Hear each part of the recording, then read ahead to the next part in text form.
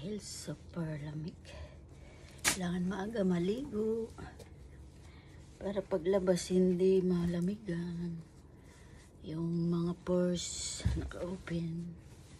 Yan. Okay. Inuubo pa ako. Hindi pa gumagaling. Pero si Lola kailangan mag-prepare na. Mamaya papasok na ulit. Pero bako yan. Itong aking ginagamit. Ayan. Spray muna tayo sa mukha.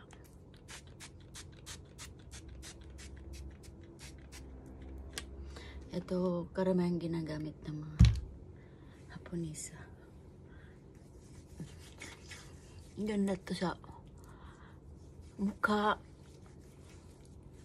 sa katawan. Kahit saan pwede to. Sa buong katawan, pwede.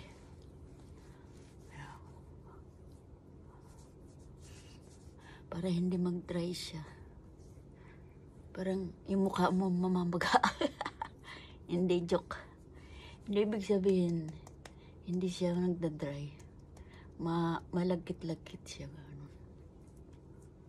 Hindi mag-aano yung parang yung wrinkles mo. Hindi masyadong lalabas. Kasi lalo na may edad na tayo. Ayan. Kaya lang yung eye bag ko talaga hindi nawawala yan. Mula pa ng bata pa ako. Kaya yan. Hindi na ako nag-makeup. Ito lang ginagamit ko kasi ito lang sapat na. Hindi masyadong, pag lumawas ako, hindi masyado siyang nilalamig yung mukha ko. O kaya, dagdagan mo pa. Ganon. Tapos, lalagyan mo sa kamay. Ano, may spray lang. Maganda siya.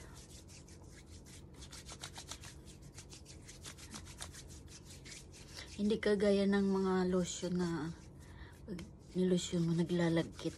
Ito hindi. Parang tubig lang siya. Pero ano, pagka natuyo na, madulas-dulas siya. Ang ganda.